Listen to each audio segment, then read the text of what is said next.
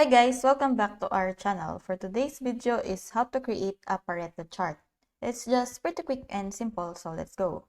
So first thing you're gonna do is open up Excel.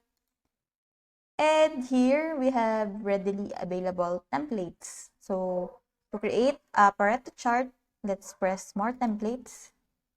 And let's search for online templates. Let's type Pareto. And here, as you can see, we have different options.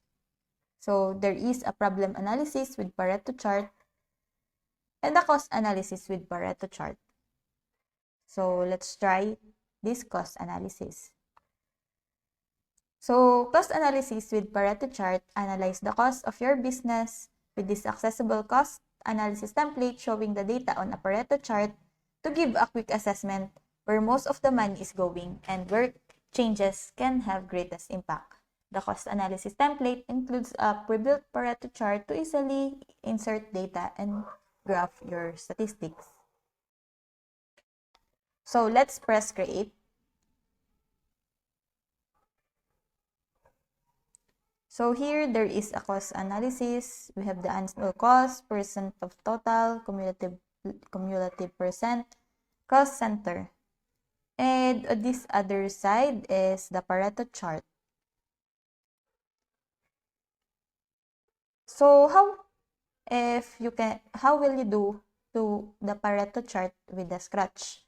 So on other tabs, I show you here an empty Excel.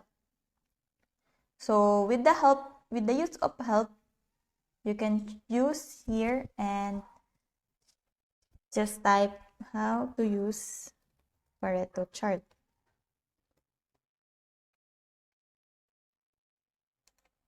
So it will go here and it will show you a tips on how to create a Pareto chart.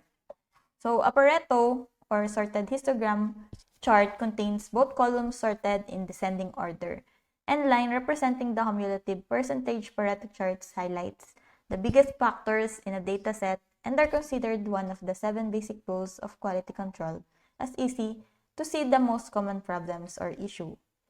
So as you can see here, you'll just need to follow all the steps here. So we just need the data and just follow this option.